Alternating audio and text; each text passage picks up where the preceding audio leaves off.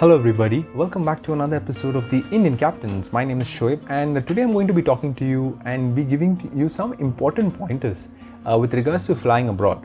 And if you haven't already seen my video Best Country for Flight Training, make sure to click the link here where I have discussed all the different options you have as an Indian pilot to do your flight training abroad. But today's video is completely focused upon my experiences and my suggestions which you need to keep in mind, which most flight schools will not convey to you, or rather when you get your packages for your CPL training, these are the hidden costs or certain requirements which you will not know and which you might have problems when you come back to India. So these are the things, so we can call it small hacks or certain inside secrets that I'm going to reveal. So stay tuned, you're going to get everything in this video. The first most important thing when you start looking for your flight school is obviously the package, right? You work out with the financial requirements, and based on that you decide on a flight school and also on the reputation and so on and so forth if you have seen other videos.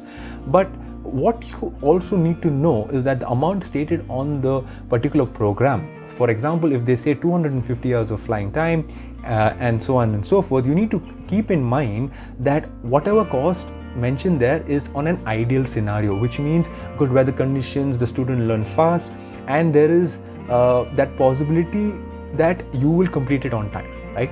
But on a actual scenario, things don't happen as per plan. Sometimes there are weather delays, sometimes the student takes time to learn, sometimes the student overflies to be eligible to get the license, because in abroad you have flight checks only after you are proficient enough, and even after you give your flight check, it does not guarantee you that you will pass, right? So sometimes students kind of overshoot. For example, if there's a 45-hour requirement for people, some people take 55.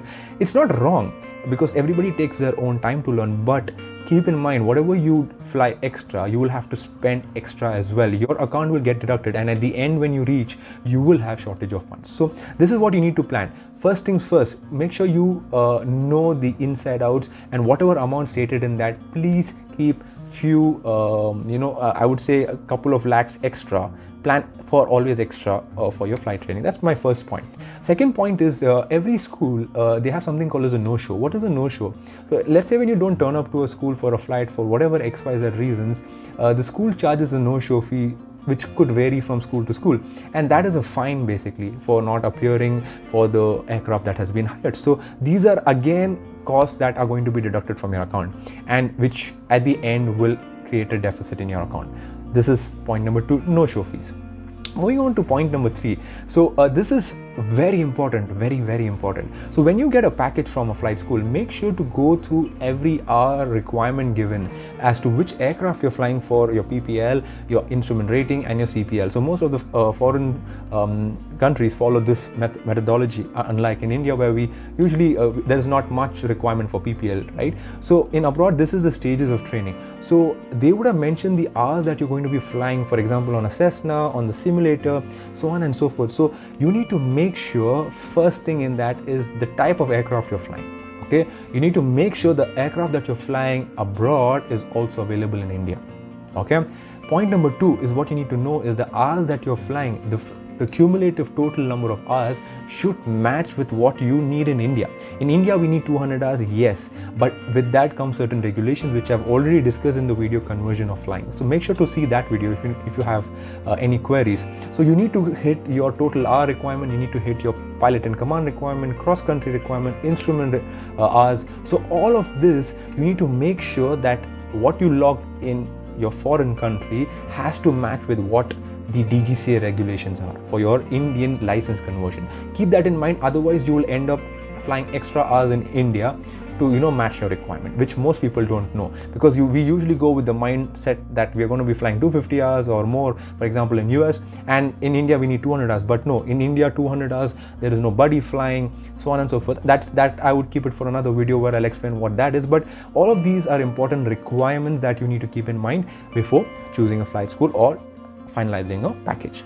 These are some few things that you need to keep in mind in terms of your flying is concerned and your flight school is concerned. What other things that you need to keep in mind is that your stay cost, right? The place where you're staying, obviously you would sign an agreement maybe for 7 months, 10 months, whatever the school is providing, the accommodation fund that is included in your package.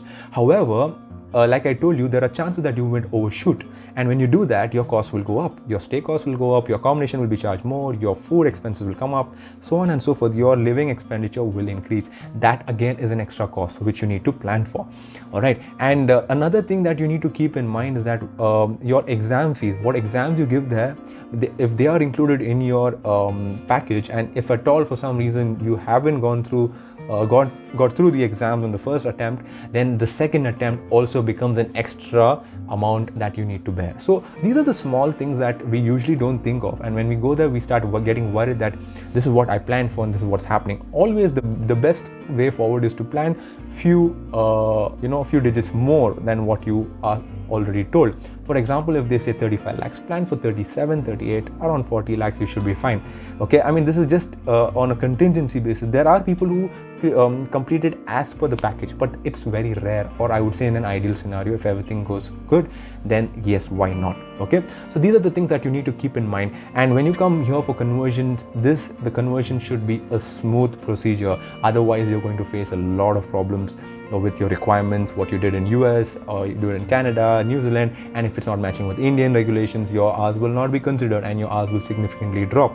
And if that happens, you have to do overflying. And advice that I would definitely like to give you is that the living expenditure in abroad is a big amount that you need to spend. And keeping that in mind, if you take care of your costs and if you cut costs, right, you can save a lot of money, right? A monthly expenditure, for example, in US could be anywhere between $150, $200, $300 a month.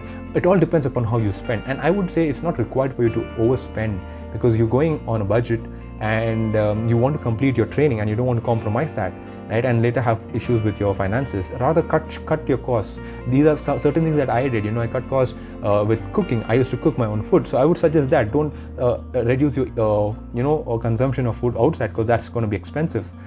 Second thing, traveling. Try to cut on your traveling instead of using a lot of Ubers or any taxi facilities available. Try to cut costs on that, so that the entire motto is that you do it in the least or the given amount possible, so that whatever amount you save can be used for your conversion procedures in India. Yes, it will cost you some amount to do your conversion procedures in India, and this is a plan that you should definitely keep in mind. Okay, most students do not plan for all of this and end up overspending, and then parents get burdened as to how do we arrange for the extra funds. So always contingencies can arise and the amount can fluctuate quite a bit. So keep in mind that going abroad, I'm not discouraging you at this point of time. No, I'm not going to say that abroad or India is good. That is a different video that we have already made. I'm just saying that you have to plan well. Okay, when you're doing in India, sometimes if you're overshooting and you're taking time to learn, yes, you're going to end up spending more. So on an average, if anybody says, 32 lakhs is my package, that is what I'm going to be spending, no. Please plan extra, which is always in aviation. The finances becomes a big problem for you at the end. Okay, so keep these points in mind. I'm sure these will help you to cut your cost and also help you finish your course in time. Just stay focus on the course that you're going for, and that is what you need to complete. And apart from that, everything else will come in. Yes, you can complete your CPL and have a good holiday wherever you are for a week or two, but in between try avoiding unnecessary expenditure, which will just divert your attention as well as pile up on your expenditure. Hope this video has given you a good pointers for you to plan if you're actually looking to go abroad for your flight training. And I hope you guys will do well. You will fly and train well, and you will come out as great pilots when you return to India and convert your license. And I hope all your finances and everything else will go in plan. Please be responsible. Please be matured enough to take the right calls, right decisions, cut costs. Definitely you will remember that whatever amount you save will be helpful in the near future. If you like the video, leave a like, and if you have any comments or any doubts, please leave it in the description down below. We would be glad to answer all your comments and your doubts. And if you have come so far, please do subscribe to our channel. We're just trying to give you raw content where what we've experienced and what we think you should also know and plan ahead, so that you are ready for your flight training in all aspects. Until then, take care, stay safe, and I will see you in the next one. Goodbye.